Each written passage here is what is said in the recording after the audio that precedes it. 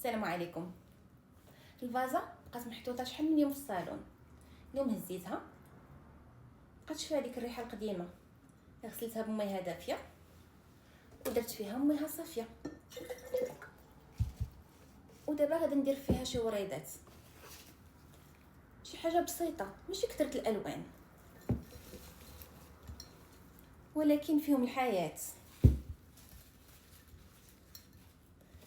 عرفتوا باش كنحس شي حاجه لداخل ديالي كتنفس، ولكن باش وصلت لهداك الاحساس راني خليت شي حاجه تمشي وفرغت وسكت. كان خاصني نعيش الفراغ بلا زربه، وكان خاصني نصبر لهداك الاحساس ديال انا بوحدي وما كاين والو، وكان خاصني نوصل لمرحله ديال انا بخير بلا بيهم.